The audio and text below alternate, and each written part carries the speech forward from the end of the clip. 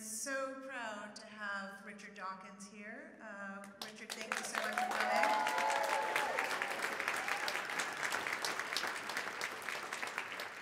I know people usually say something like, he needs no introduction, but I'm going to do it anyway. And you're going to enjoy it, damn it. Emeritus Fellow of New College, Oxford, Richard Dawkins was the University of Oxford Professor of Public Understanding of Science from 1995 to 2008. He's also the creator of the Richard Dawkins Foundation for Reason and Science, and we have to applaud that in these dark times.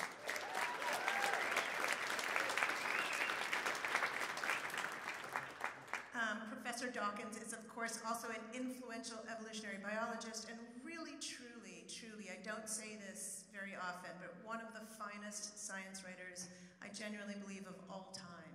I very much enjoyed, yes, absolutely, rereading his books, and some of them for the first time, admittedly, these past few weeks, has reminded me just how beautiful his works are. And we're honored to have Richard here to mark some base 10 anniversaries, because we have 10 fingers. We like the base 10 number system. It is the 40th anniversary of the selfish gene. The 30th anniversary of the blind watchmaker. The 20th, I'm going to talk before you guys clap. The 20th anniversary of climbing Mount Improbable. The 10th anniversary of the God Delusion. It is the year of the second edition of The Ancestor's Tale, true, and the year of the paperback edition of Brief Candle in the Dark. So let's welcome our guest, Richard Dawkins.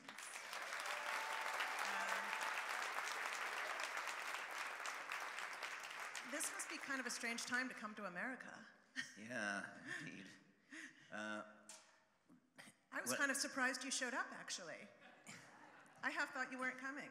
It's a catastrophe. The world will, I mean, it's one thing for Americans to vote the way they do, but the world is going to suffer.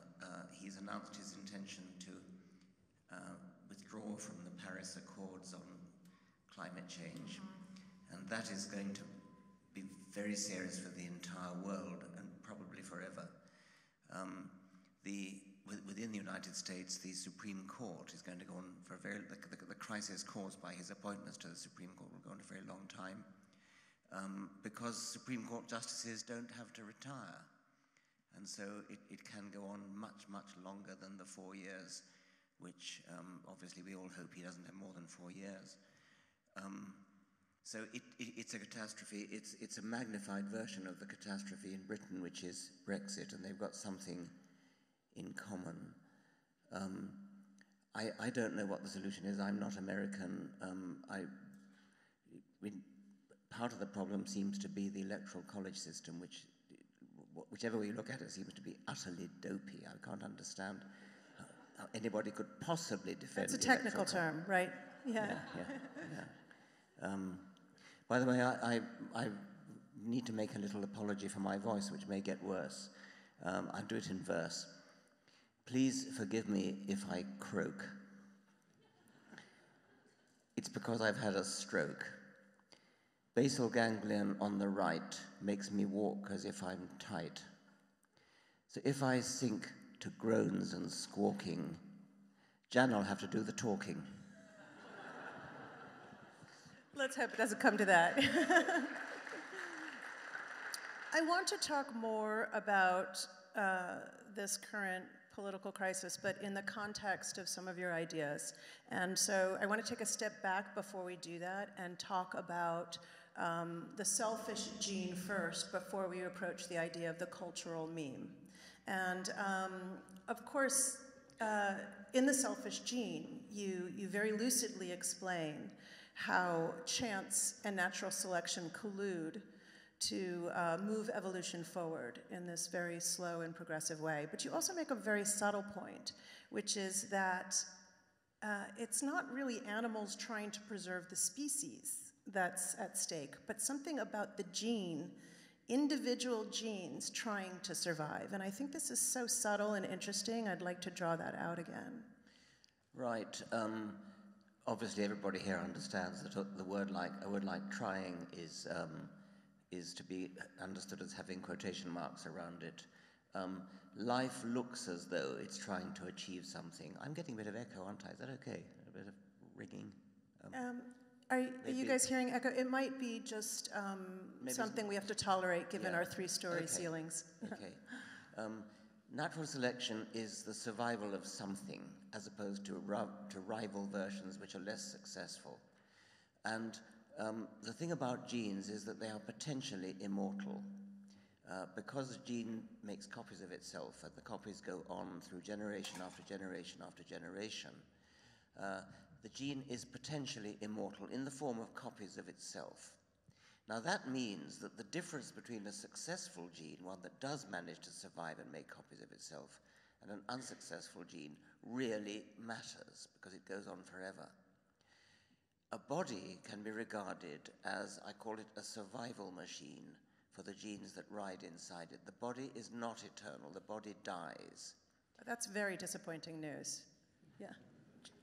This week I'm not so sure about that. You are the deliverer of lots of bad news. Yeah. The body dies and leaves behind it the instructions that made it. And so instructions that are good at building bodies, bodies that are good at surviving and reproducing, are the ones that do survive. And so obviously the world becomes full of genes which are good at building bodies, bodies that are good at surviving and good at reproducing. Look at it another way, look at it backwards. Every creature alive today is descended from an unbroken line of successful ancestors, not one of whom died young, and every one of whom managed to achieve at least one heterosexual copulation. Millions of rival animals failed in either of those endeavors or both. Millions of animals have died young, millions of animals failed to attract a mate, but the minority that did survive childhood and did attract a mate and did reproduce and did achieve parental care, whatever it was necessary for the species, they are the ones that pass the genes on. So every creature alive is built by that subset of genes which are good at it, and that's why different species are good at different things. Birds are good at flying, fish are good at swimming, monkeys are good at climbing, horses are good at galloping, lions are good at catching, and so on. So every species does it in a different way, but they're all doing fundamentally the same thing, which is preserving the genes that ride inside them. So if an animal dies, the genes die with it. If an animal survives, the genes survive to reproduce, and that is natural selection. So that's the meaning of the central message of the selfish gene. You have this emphasis in that book on the idea that the gene creates a vehicle to continue to carry it through life, and that vehicle is us, it's plants, it's animals. Did I understand correctly that there was a Japanese translation of the book? Yes. Yeah, I know the story you're thinking of, yes.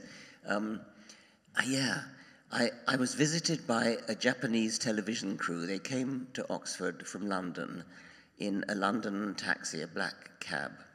And they came, a whole lot of them in one taxi, and they had sort of tripods and arms and legs and things waving out of all the windows. It was a very full taxi. And the director, the first thing that happened was that the official interpreter was unable to make himself understood in English, and so he was kind of banished to go, and I don't know what, he was rather sad, really. And the director had enough English to tell me that he wanted me to conduct the interview in the taxi. So I said, why the taxi? And he said, are you not author of Taxicab Theory of Evolution? And I said, well, I don't think so. And I afterwards worked out that it must have been that the translation of the word vehicle, I've used the word, the body is the vehicle of the genes, and I think that must have been translated as taxicab. Anyway, it's catchy. Because the interpreter was not very good at making himself understood in English, I had nobody to interview me, and so I was alone in the taxi with the cameraman. And the director was very keen that the taxi should go through the scenic part of Oxford and have good background to my interviews. I had to ad-lib the interview, pretending that I'd been asked questions by the interviewer. But I also had to, since it was a London taxi driver who didn't know his way around Oxford, I had to, I was sitting with my back to the driver. You know, London taxis have this sort of little seat at the facing backwards. So I was expounding the selfish gene, and at the same time leaning over my shoulder and saying, "Turn left here," and "Turn right at the traffic lights." Yeah, well, that's that story, the taxi cab thing. So these stories are in your most recent book, is that right? I've just published 2 autobiographies. Yeah. The first one, it takes me up to the it's called An Appetite for Wonder, and it takes me up to the selfish gene when I was 35. And the second one, Brief Candle in the Dark, which you'll recognize as a combination of Shakespeare and Carl Sagan. Indeed, we totally all recognized that completely. Yes. Everyone here. You all take your illusions, I'm sure. I seem to have started croaking. I hope you can hear me okay. Yes, I think the taxicab story is in one of those, probably the second one. So despite this argument that genes are selfish and that it's really the gene that's trying to propagate, not the entire species, nonetheless, species do survive. And so there's some cooperation that happens, and you explain it very eloquently as a kind of game theory, exposition of why individually selfish genes nonetheless cooperate so that the species doesn't go completely extinct, so that we reach some kind of stable condition. Species survive as an indirect consequence of gene survival. So at no stage does natural selection work for the survival of the species. Natural selection works for the survival of individual genes, and mostly that means the species lasts for a while. Most species do actually eventually go extinct. So it would be a mistake to say that cooperation, which is very common in animals, that cooperation has something to do with preserving the species. It doesn't. Cooperation is all about preserving genes like everything else. But there are good selfish gene reasons why individuals cooperate. So much of the book, The Selfish Gene, is actually about cooperation, about altruism. Individual cooperation and individual altruism is fostered by selfish genes, partly by the kinship effect, partly by the fact that close kin share genes. And so a gene that makes an animal care for its close kin is actually preserving copies of itself. And that's why parental care works, of course, and it's why care of siblings, nephews and nieces, and so on also works. But the other reason is the one that you referred to, Janna, which is a sort of game theoretic reason, reciprocation, cooperation, because each party benefits from the other. We have a non-zero-sum game, for those who know the theory, such that because each party benefits, individuals who cooperate with the other side, which could be a member of a different species, even a different kingdom. I mean, cooperation between, say, bees and flowers. You can regard that as a game theoretic cooperation. Each side has something to gain from the other. And so individual bees, individual flowers that cooperate are the ones that survive, or their genes survive, in competition with rival bee genes or rival flower genes, which don't cooperate with the other side in the symbiotic relationship. Now, one of the most, arguably one of the most influential chapters in The Selfish Gene is about the meme, which is, of course, this very influential idea and word that you coin, and I think is relevant for us to think about today. And I think people would appreciate hearing about the genesis of the idea of the meme in your own words, the cultural meme, as an analog to genetic transmission. The whole of the rest of the book, The Selfish Gene, was about the gene as the unit of selection, and so there was a danger that the reader would be left with the impression that genes are the only, DNA is the only kind of self-replicating entity which could serve as the basis for Darwinian natural selection. I wanted to make the point that any sufficiently high fidelity replicator, sufficiently high fidelity and with sufficient power over its own chances of being replicated, could serve as the basis for natural selection. And for example, if there's life on other planets, I would bet my shirt on it being Darwinian life. And that, I think, means there's got to be something equivalent to DNA, but it probably isn't DNA. It's no doubt some other kind of self-replicating entity.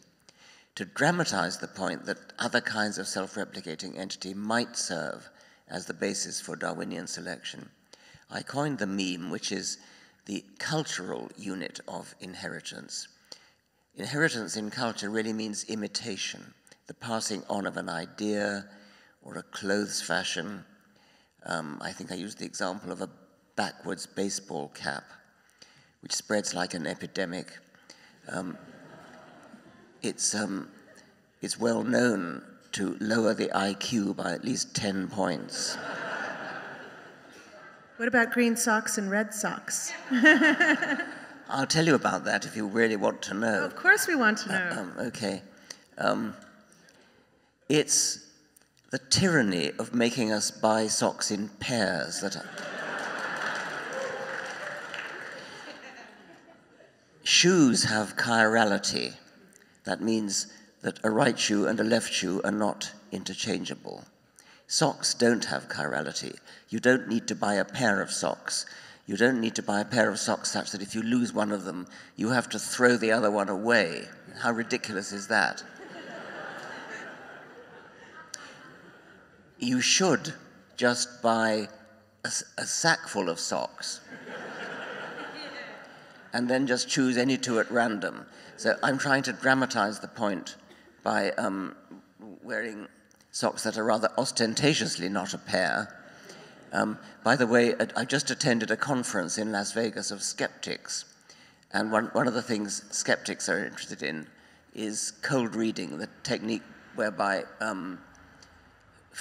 fakes and charlatans pretend to be talking to the dead or something like that, and they seem to be reading the minds of the audience or reading the minds of the dead.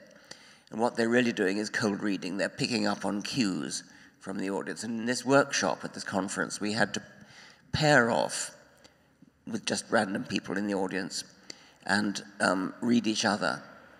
And I was paired with a very nice young woman, and we had to read each other. And, well, I first of all read her, and I said, I think I'm getting somewhere on the West Coast. I think probably not California. Could be probably not Washington State. I think somewhere in between. I would say perhaps you come from Oregon. And I was, of course, just reading the name badge on her. But then she then read me, and she said, I'm getting some sort of problem with the eyes. I think you've got some kind of problem with your eyes. Colorblind, perhaps. So I'm trying to spread the meme of odd socks, the more ostentatiously odd the better, to free us, liberate us from the tyranny of socks in pairs. And by the way, just before I finish on that, although I said that shoes have chirality and you can't swap the left and right shoes, I do have one rather shaming anecdote. A few years ago, I was doing a television program, documentary, called Sex, Death, and the Meaning of Life. And in the film on death, I had to walk along a cliff path on Beachy Head, which is a very high cliff, a gigantic cliff in southern England, which is a famous suicide place. Lots and lots of unfortunate, unhappy people have launched themselves off the cliff.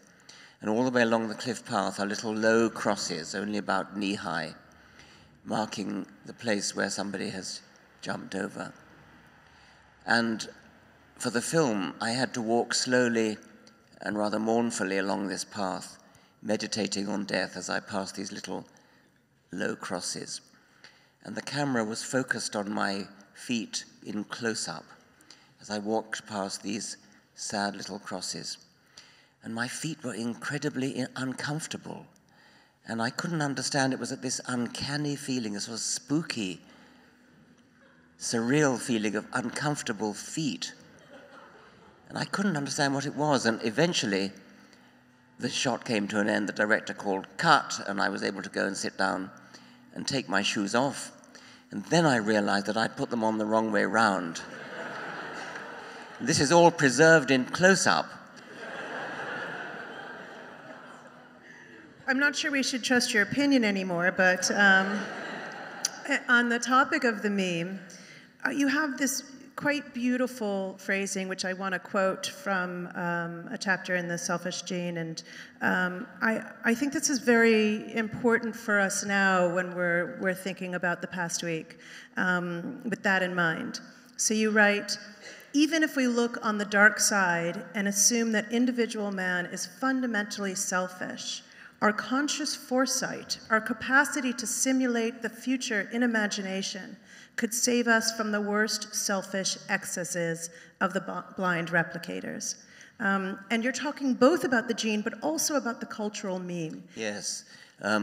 It is a remarkable fact that although foresight is such an important part of what we do, and we can actually look ahead, we can actually look to the future, we can actually predict that if we go on if we go on with that sort of thing happens here a lot. We just fostering global warming and the Arctic and Antarctic ice caps melt and the sea level rises, we can forecast that we're in for a major disaster. Forecasting is something that only humans do.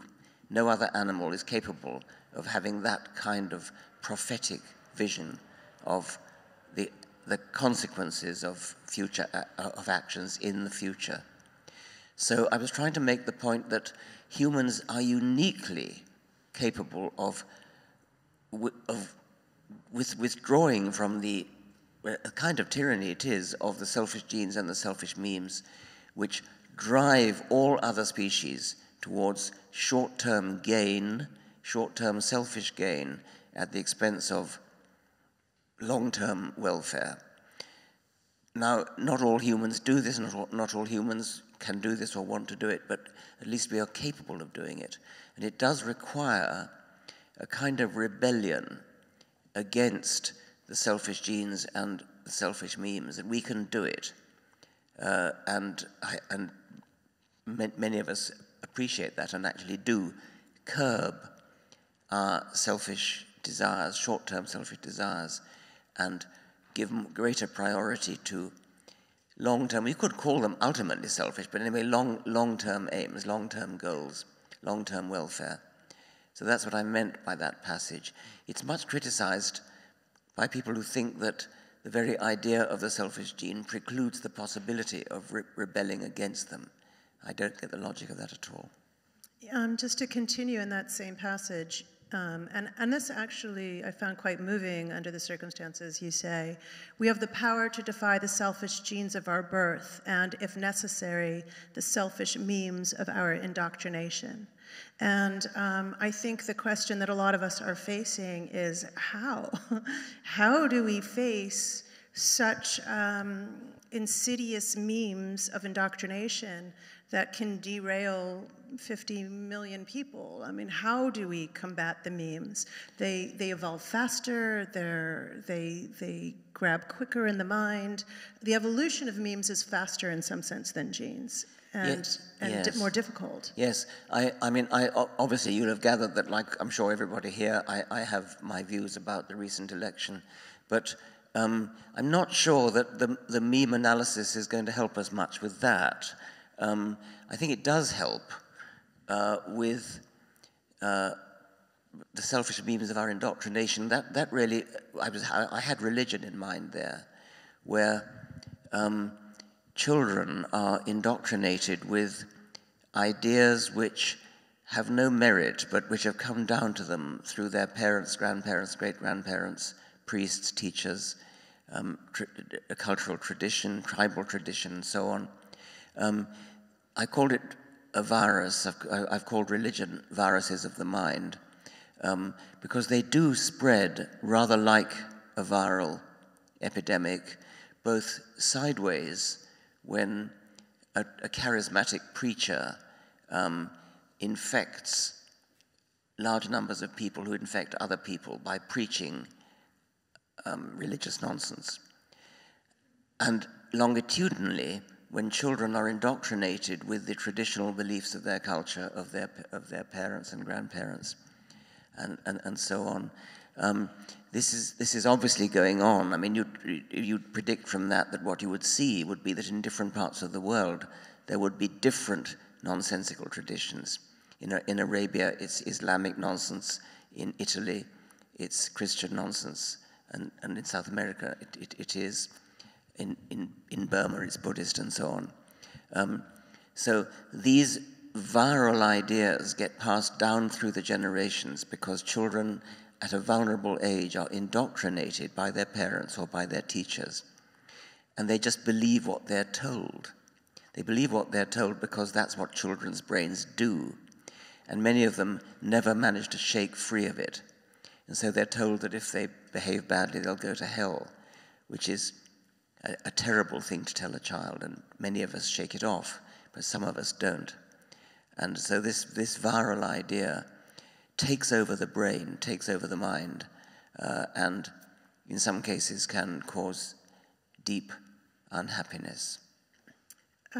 You discuss in The Blind Watchmaker this idea that, of course, complex life looks so stunningly designed that it leaves the impression that there was a designer, and of course this is not at all necessary in the theory of evolution, wherein these slow and minute steps, one at a time, you can make the most complex organisms. But you actually go further also in the God delusion to discuss probabilities, that one theory is true and one theory is not true. You consider the God question, in other words, to be a scientifically answerable question.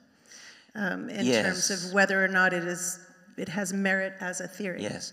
Well, the first thing to say is, yes, you're perfectly right that the illusion of design that living things present is stunning. It really is, and many people don't realize quite how stunning it is. If you look at the detailed anatomy of living organisms, you look at their behavior, it looks as though it's beautifully designed for the purpose of helping the animal to survive and reproduce. And beautiful sometimes is no exaggeration. In the case of sexually selected characteristics, which are designed to attract the opposite sex, usually to attract the female sex, these are, even to human eyes, beautiful and extravagant, magnificent, and natural selection can do it. And you said, Janna, that a creator is not necessary for that. Well, it certainly is not necessary because natural selection can do it. But I think it's also worse than unnecessary. It's improbable in a gigantic way, because the whole enterprise, the whole Darwinian enterprise, is to explain the complex illusion of design in living organisms by naturalistic means, by the slow, gradual, incremental, step-by-step, cumulative evolution from simple beginnings. That is an amazingly powerful idea. And if you talk about a designer, a creator, then you are undermining the whole scientific enterprise, because you're postulating something which has, namely a creator, which has to be another such complicated, elegantly designed thing. So you've completely pulled the rug out from the whole scientific enterprise. You've postulated exactly what you're trying to explain, which is something complicated and apparently designed. A God capable of designing a heart or an ear or an eye or a brain would have to be a very, very complicated thing in his own right. So you've got to explain him. So you've explained absolutely nothing when you postulate a God to do that kind of explaining. And the same goes to for when physicists talk about the fine-tuning of the universe. The idea that the fundamental physical constants, the gravitational constant and the weak force and so on, that these are, as it were, knobs that get twiddled, rheostats that get twiddled to give exactly the right value. If the gravitational constant was ever so slightly different from what it is, you wouldn't have a universe as we know it. You wouldn't have galaxies, you wouldn't have stars, you wouldn't have chemistry and so on. And so they attempted to postulate an intelligent designer, a divine knob twiddler, who twiddles the knobs, thank you, who twiddles the knobs to get exactly the right value. You have explained absolutely nothing when you said that, because you're left with explaining, instead of having to explain why the physical constants themselves have the values that they do, you have to explain how a God capable of knowing how to twiddle the knobs came into existence. So you've explained nothing. So of course the multiverse suggestion is that there are so many universes and that those numbers are random, that only in those universes where natural selection works and evolution works and creatures evolve on at least one planet able to reflect on those numbers, ask the questions. So the question then becomes, how likely are we pre-programmed with the creation of the universe? Well, we have to be on the multiverse theory, we invoke the anthropic principle and say we have to be in one of that minority of universes where the physical constants do have the appropriate values to bring us into existence, and that's sort of obvious. But Janna, you're a physicist and I'm not, but I understand that physicists have other reasons for postulating a multiverse. It's not that they invent the multiverse for that purpose. There are other reasons in the inflation theory which predict that there will be a multiverse, and so it's a much better theory than it sounds at first sight. Yeah, absolutely. I mean, we won't go into the details of this, but the Anthropic Argument, which is sort of the one we're vaguely floating, was postulated before the better reason. Yeah. And it was very unpopular for good reason. Yet sometimes ideas are floated for wrong reasons and eventually come around again because there's something to them. But on a side note, on a digression, why is it that in the animal kingdom it's the males that are always dressed up and glamorous? Okay. And for human beings? Yeah, okay. Why are the females always trying to dress up? Look, I'm not making gendered comments. You all know what I mean. It's just a curious facet of the animal kingdom. Yeah. Humans might be an exception to this, but in most animals, you're right, that it is the male that does it. The fundamental reason seems to be that the female sex is the economically valuable sex. We knew that. And you can see this it starts with the fact that the egg is large and the sperm is small. And so the female has already committed a large economic cost to the reproductive effort with making each egg. So from an economic point of view, if a male can get a female, he's got a prize, an economic prize, an economically valuable prize. If a female gets a male, she hasn't got a prize because he contributes rather little, and she could easily get another one. So that's fundamentally why sexual competition is mostly competition among males for females rather than the other way around. Sometimes that competition takes the form of overt fighting, males fighting other males for possession of often a harem of females. At other times, it's a battle of attractiveness. Males have beautiful plumage, beautiful coloration, beautiful songs, as a luring device to lure females directly. And but the answer to your question is an economic one. On this issue of the slow, gradual climbing of, as you describe it, Mount Improbable, which is also a title of one of your books, Climbing of Mount Improbable, there have been notable examples in the history of biology where there was a sudden advance. And this came up in a recent conversation that we had here called Are We Alone?, where we discussed the emergence of life on Earth and this singular event when single-celled organisms were waffling on the Earth for billions of years. And then there's this symbiotic event where two very disparate organisms with two different DNA merge and create a complex organism, and every creature on the Earth descends, or complex organism, descends from that event. There's a lurch forward suddenly. Yes. Most evolutionary change is properly described as gradual.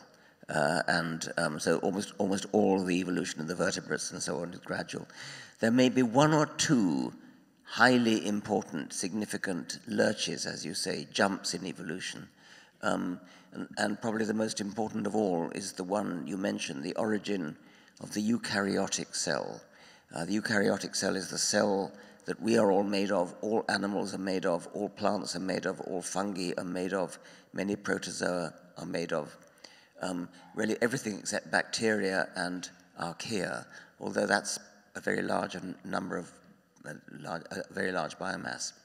But the eukaryotic cell has a nucleus, it has mitochondria, which are small bodies that make energy, that metabolize, and in the case of plants, chloroplasts, which are small green bodies that do photosynthesis. It is now known that mitochondria and chloroplasts are actually bacteria. They were originally bacteria which billions of years ago entered into a symbiotic cooperative relationship with another kind of cell and provided biochemical expertise which enabled the cell to flourish and survive. In the case of the chloroplasts, the biochemical expertise that these bacteria provided was photosynthesis. So all the photosynthesis that is done in green plants everywhere, in trees, in cabbages, in tomatoes, everything, all the photosynthesis is done by these symbiotic bacteria, chloroplasts. They've become so integrated into the plant cells that it's only recently been understood that they actually are bacteria.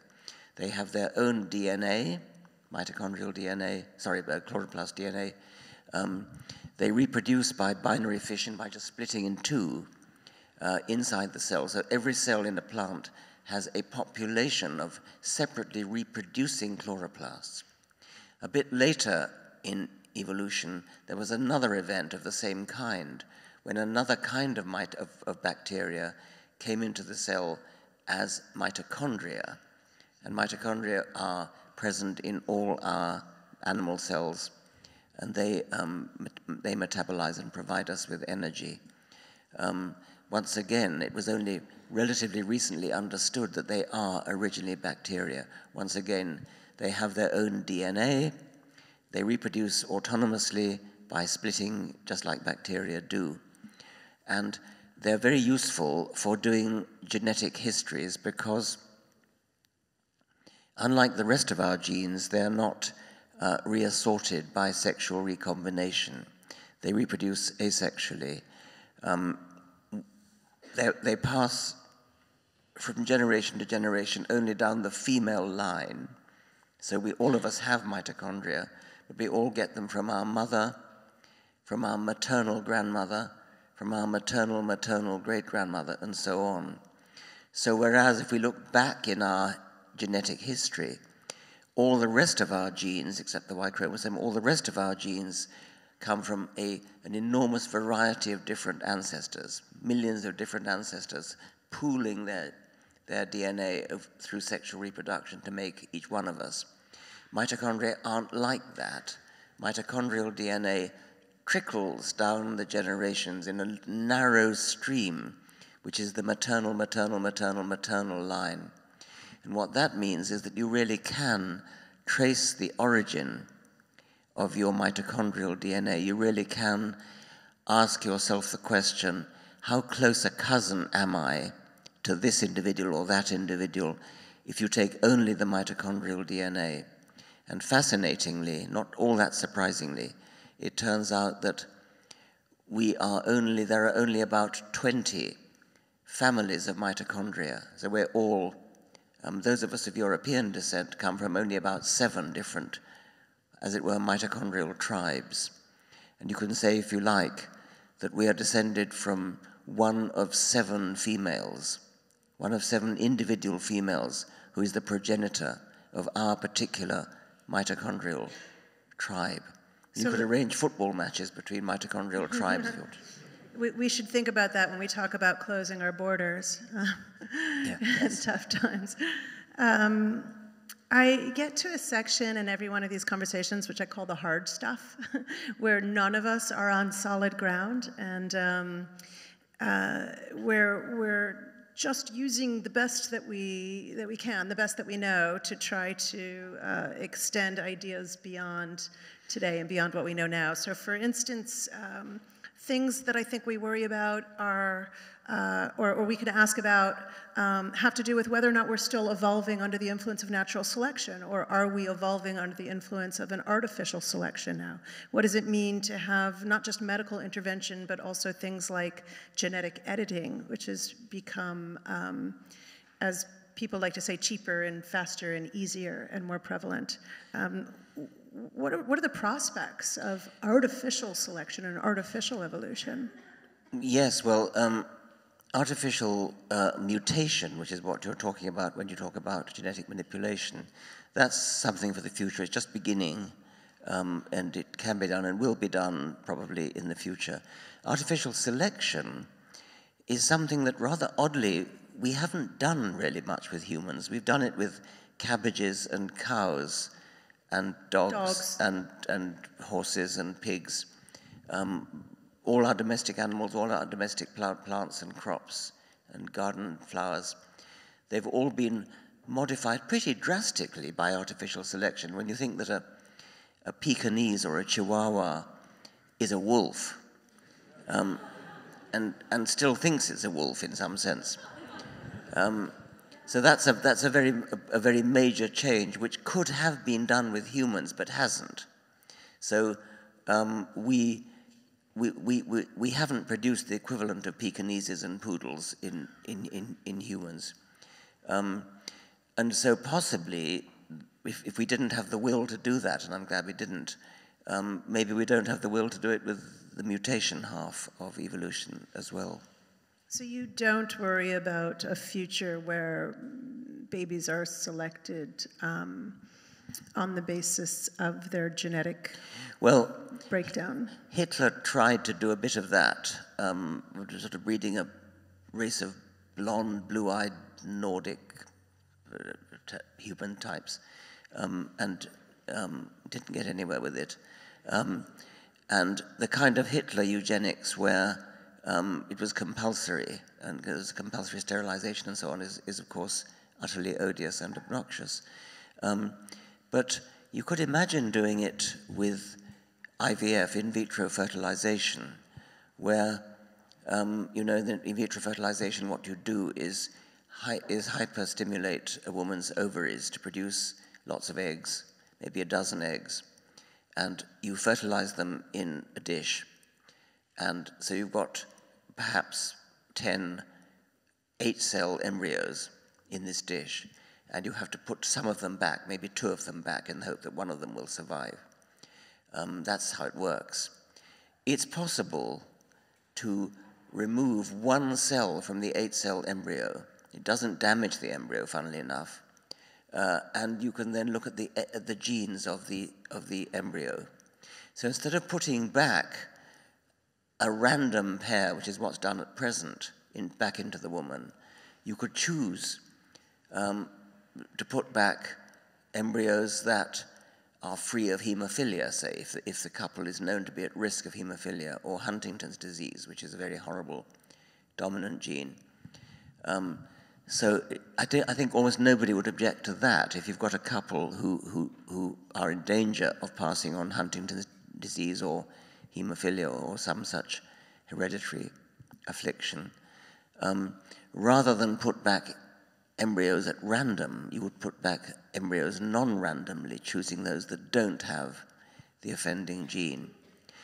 Well, it's a small step from that to go from negative eugenics to positive eugenics, where you say to the couple, do you have any particular preference? Would you like to have a musical child, say? It can't be done at present because we can't identify the J.S. Bach gene or whatever. But if we could, then it seems not unreasonable that a couple might say to the doctor, well, don't just put back any old embryo, put back the one that has the musical gene or genes. A lot of people find that offensive, but the same people don't find it so offensive when parents who are ambitious for the musical future of their children make them take piano lessons and make them practice for an hour a day. So the environmental engineering of a child towards a musical career is regarded as pretty acceptable, whereas the genetic one is not, and that's just worth thinking about as to why that is. Nowhere in the Darwinian theory is there any suggestion that intelligent life is in any way a pinnacle or in any way an endpoint of evolution. And there's lots of evidence to suggest that we're not that successful as a species. So are we merely a step along the way? Are we here to change the environment so that it is inhospitable to mammals and totally radioactive so that only roaches live here in the future? I mean, what is our ultimate role in terms of the larger scheme of the planet? Is it clear? I shrink from are we here to do something, or I shrink from a word like role. We're here because we're here, like all animals. Intelligence on our level, linguistic intelligence, the ability to use language to talk about things that are not immediately present, talk about philosophy and science and things. This is an utterly unique human capability. There are occasional, bees can talk about how far away the food is and what direction it is, but no other species can discuss the philosophy of Wittgenstein or something like that. So language seems to be, grammatical, syntactic, hierarchically embedded language seems to be a uniquely human faculty. It's only happened once. If you look around the animal kingdom and ask how many times other things have evolved, eyes have evolved many, many, many times, dozens of times independently. Echolocation, the trick that bats use to navigate in total darkness using echoes and processing the echoes with sophisticated computational apparatus so that they actually more or less can see with their ears. That's evolved 4 times. Bats, toothed whales and dolphins, and 2 separate families of birds, both of which live in caves. So, do you think they color code sound? I've yes, always wondered this. Yes. Do they assign a color to the frequency of the sound, like we do to light? That is a very, very radical suggestion, which I've been pushing for some years, and it's impossible to test. But I think it's worth suggesting because color, the hue that we see, the sensation of redness, the qualia, are labels that the brain uses to identify light of particular wavelengths. So there's nothing inherently red about long wavelengths, nothing inherently blue about short wavelengths. These are simply labels that the brain uses in its internal modeling of the world to give, to interpret the wavelength of light. Now, bats have pretty much lost the sense of vision, not totally, but almost completely. But their ancestors had color vision, not as good as ours, but they certainly had 2-color vision. What's the brain going to do with this labeling facility that it has in the brain? Why not use the same labels to tie to echolocation sensations, perhaps texture, perhaps use the label red for a hard, shiny surface like that of a locust and use the label blue for a soft, furry surface like that of a moth. This is total speculation, but why would it not use those labels since they're there and available? And similarly, maybe rhinoceroses and dogs smell in color. Yeah. Sorry, I was just going to be lost in reverie, but I forgot I was up here. I have one last question before we open it up to the Q&A, and I'm sure the audience is really excited to ask you questions themselves. But this idea of artificial intelligence being designed by human beings strikes me as suffering from some of the same problems you raise in the God delusion, which is the designer who could create such a complex intelligence would have to be incredibly complex.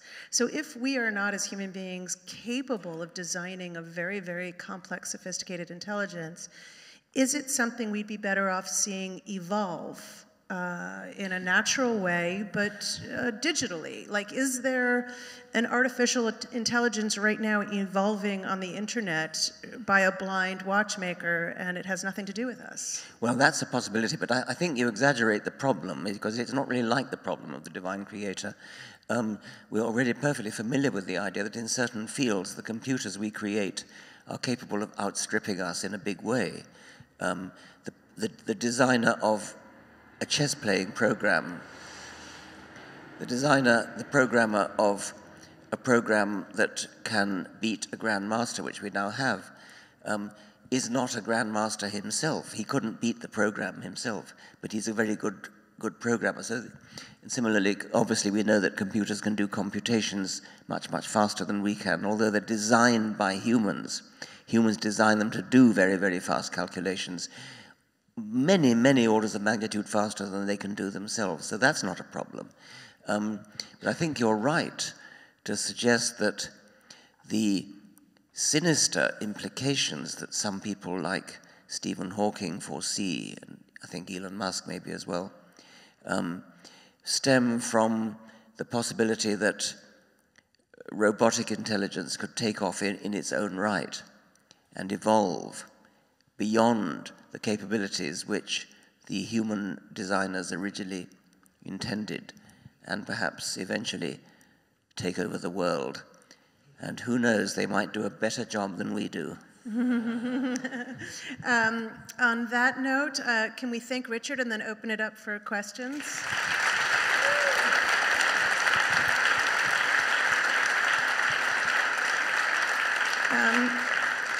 We've left a generous amount of time for questions. I can't really see people that well. Do we have a mic? Do we have the lights up? Can we have the lights up? Yeah, maybe we can have the lights up so we can see the audience. And do we have a mic for people who have questions, or did we steal the mic? We might have stolen the mic. We've got a mic. So okay. Can we get a little bit of the house lights up so we can see? Let there be light. Where are you, person? You can go ahead and ask from the darkness. It's kind of interesting. I don't know, it feels kind of metaphorical. What do you got? Ah, there we go. Nice. Thanks. Did somebody have a first question? Hand up here. Do we have a mic? Yep. Thank you. Yeah, hey. Hey, thanks for coming and talking. Thank you. So, yeah, I have a maybe political question. I'm curious about your take on the secularity laws in France. You're not allowed to wear any sort of religious symbol or icon in a public school. And whether imposing such a, enforcing secularity is any different than like a fundamental, religious rule.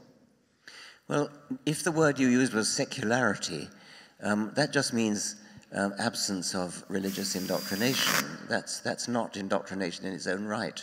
That's encouraging critical thinking. It's encouraging the constitutional, in this country at least, separation of church and state.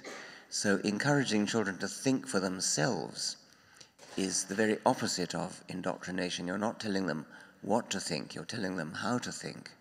So I think I would repudiate the suggestion, but I may have misheard the word. I think it was secularity. At first I thought it was circularity. I think it was secularity. Yes, okay. Hi. Yes.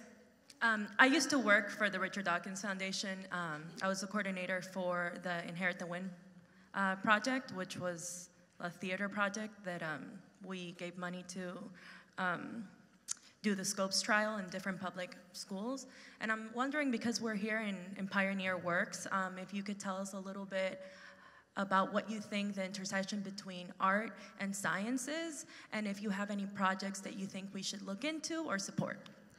Well, thank you. Yes, one of the projects of the Richard Dawkins Foundation for Reason and Science is indeed the sponsoring of productions in schools of the play Inherit the Wind, which is about the Scopes trial of 1926. This is the 90th anniversary of the Scopes trial, where a man called John Scopes, a science teacher, was tried for the crime of teaching evolution.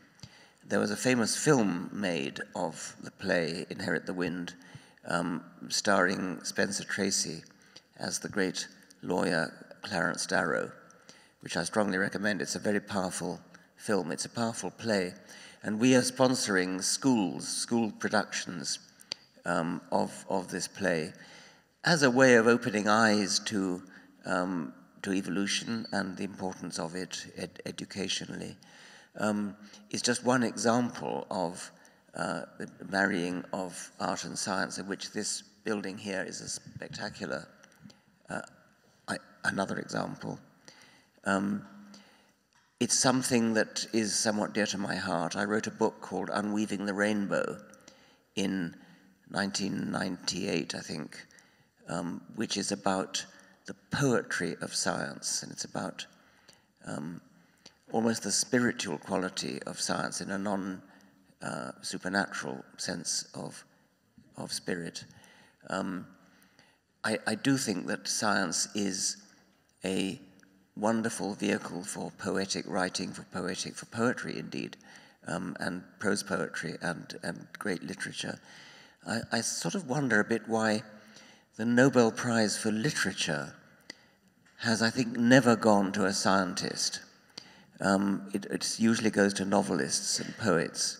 It is not clear to me, much as I like novels, it's not clear to me why literature seems to be confined to, the idea of literature seems to be confined often to fiction, which means things that never happened, rather than to fact. And so why not have scientists getting the Nobel Prize for Literature? There's been a very interesting suggestion also that major scientific collaborations should be considered for the Nobel Prize, the Nobel Peace Prize, precisely because they transcend international boundaries. That's a good point, yes. And they draw together people under sort of one sky in one global aim, and there's very few other examples of that. Yeah. Here comes a mic.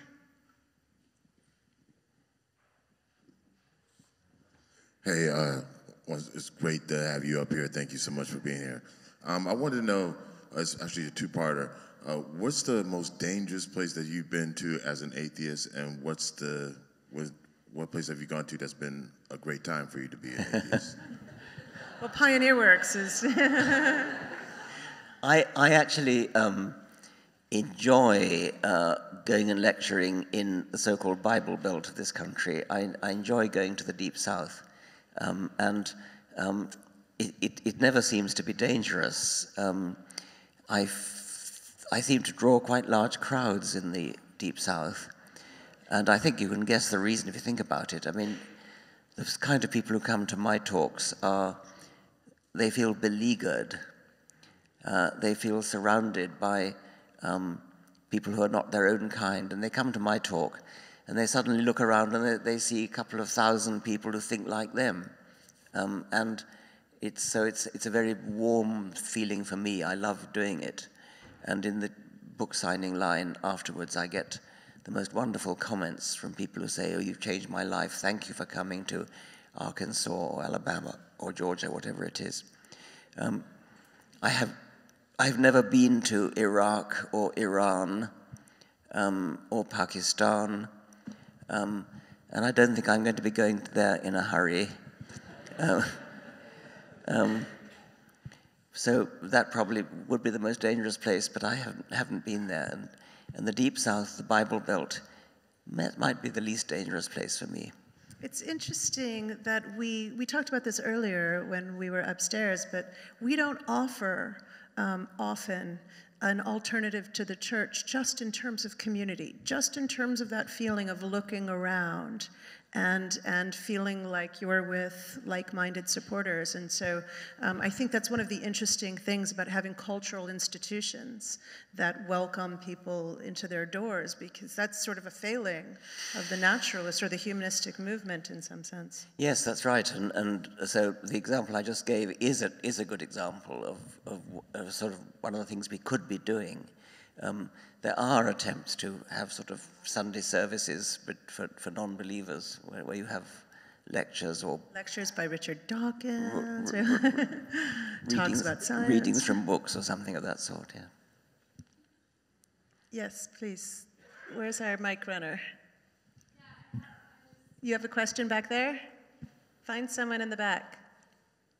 While Lauren's finding someone, I do want to ask you, how difficult has it been to have had unpleasant or negative focus as a result of your vocal opinions about atheism? I have had a certain amount of what you could call hate mail, and I think it's rather fun. I mean, I've done a couple of readings from my hate mail on...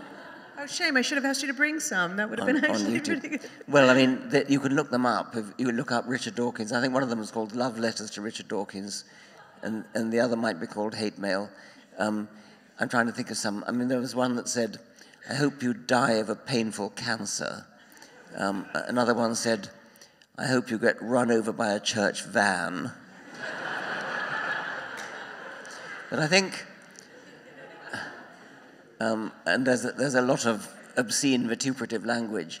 But I think the champion one is one that that came in too recently to have featured in any of my readings, which is this: I hope you lose your watch and are late for an important appointment.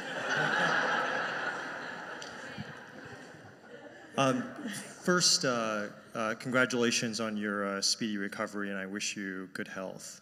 Thank you. Why do you think sociopathy and psychopathy are such winning traits, and what can we do as a society to protect ourselves from it?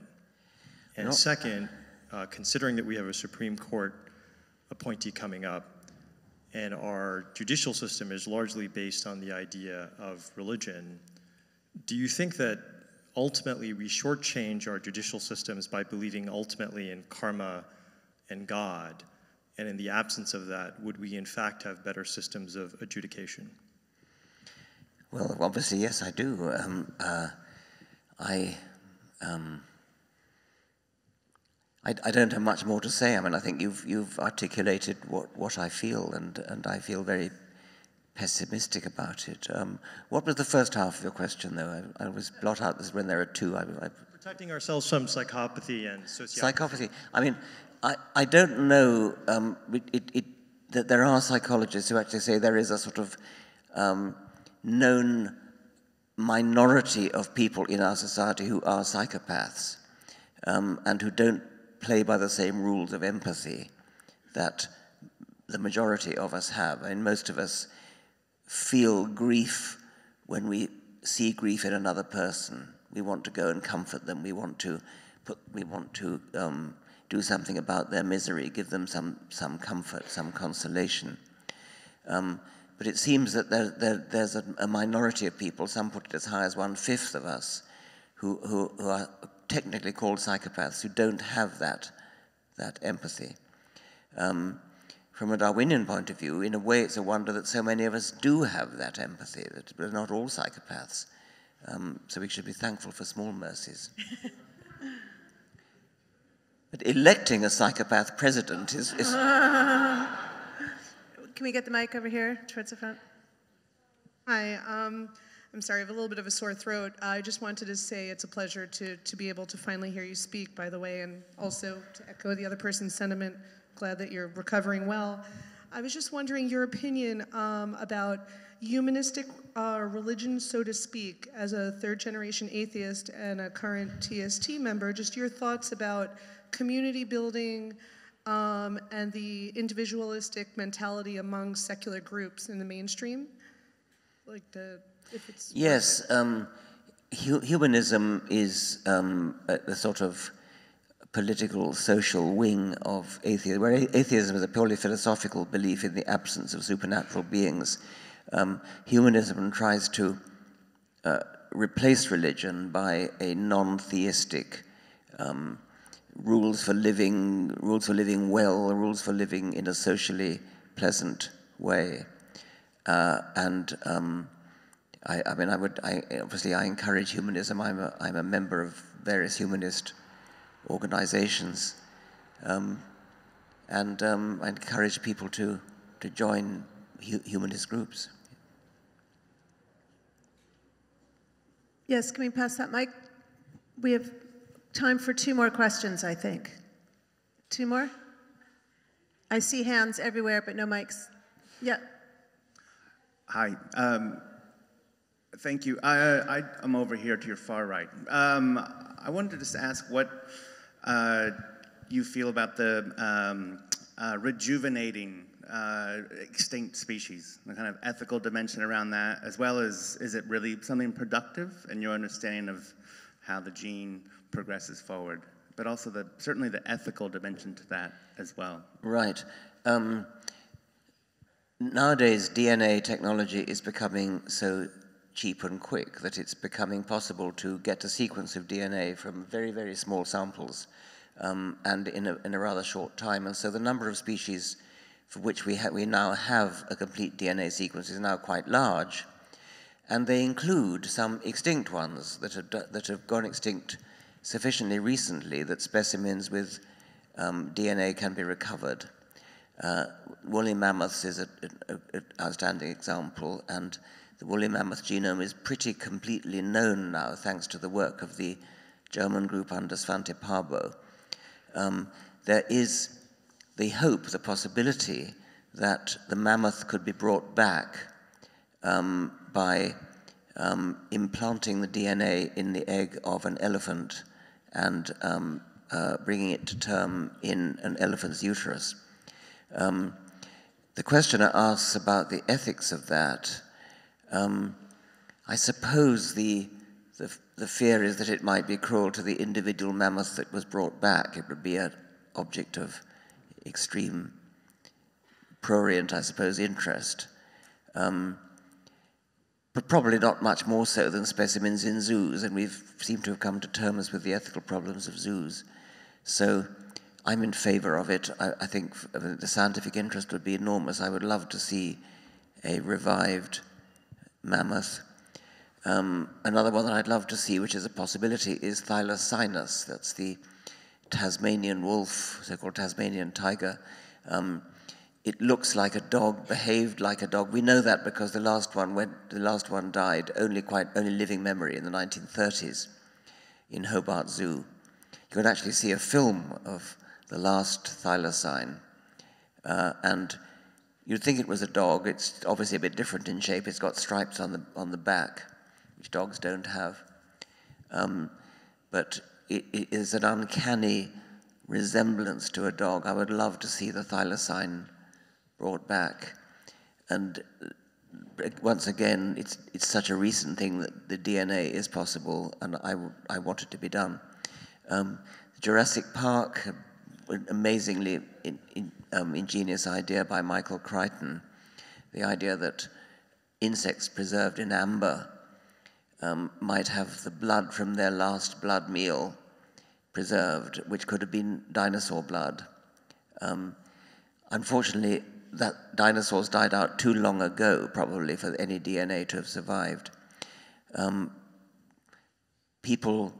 film of Jurassic Park ends with a sort of very decisive decision by the scientists concerned that they should never have been brought back. I don't buy that at all. I'd love to see dinosaurs brought back. One last question. Thanks, Lauren. First, let me say a few comments. First of all, I'm really delighted to see you here in Brooklyn and that you're recovering well. And I also want to thank you for your support of two organizations I've been proudly associated with for years. First, the National Center for Science Education, and then secondly, the World Science Festival. I'd like to ask you, as one former evolutionary biologist to one of our great leaders of evolutionary biology, what do you see in the horizon that will really interest you in terms of evolutionary biology's development as a major scientific field over the course of this century? I didn't quite hear all that, I'm afraid. Did you get it? I think the question was, I missed part of it, but... Well, I'm asking, what do you see in evolution biology fundamentally now that that really excites you, that you think will be a key part of what we're doing in evolution biology for the rest of the century? First, I'm glad you mentioned the National Center for Science Education, NCSE, which is based in Oakland, California, and has for many years been doing magnificent work under Eugenie Scott, who's just retired and handed the baton on to somebody else. This organization has been highly influential in fostering evolutionary education, court cases fighting against the attempts to suppress it. They've recently switched their emphasis to climate change, and that's going to be very, very important in the next 4 years at least, probably longer than that. But to your question, what are the exciting things that are going on at the moment? I think they're mostly concerned with DNA. The fact that DNA sequencing is now, as I said before, so cheap and quick means that it is possible to get the DNA sequence of a very large number of species. And so potentially we could be looking at a complete tree of life, of all life, the complete pedigree of all life. We know that all life is descended from a single common ancestor because the DNA code, the code that relates DNA sequence to protein sequence, is universal, all but universal. So we're all cousins. Every living creature is a cousin of every other living creature. And DNA sequencing gives us the chance to actually draw the tree of life. That's a bit of a tall order quantitatively because the number of species is so large, up in the tens of millions, that if you were to draw it out on a sheet of paper, the family tree, the sheet of paper would be of a size comparable to a planetary orbit. The sheet of paper would be so enormous. So the only way to do it is as a fractal. Do it on a computer screen where you can zoom around, you can fly around the family tree of all life, and from time to time, if you like, drill down to a particular detail. And this has been done with a splendid piece of software called OneZoom, written by James Rosendell and Yan Wong. Yan is the co-author of the second edition of The Ancestor's Tale, my book, The Ancestor's Tale. And The Ancestor's Tale has lots and lots of family trees based upon OneZoom. So look up OneZoom. It's a trip. It really is amazing. And this is an example of the kind of thing that's now possible, the really exciting things that are going on in the DNA world. Really because DNA is digital. So modern biology, especially evolutionary biology and genetics, has become a branch of information technology. Before we escort Richard to the signing table, and I hope you won't mob him before we get there, please feel welcome to mob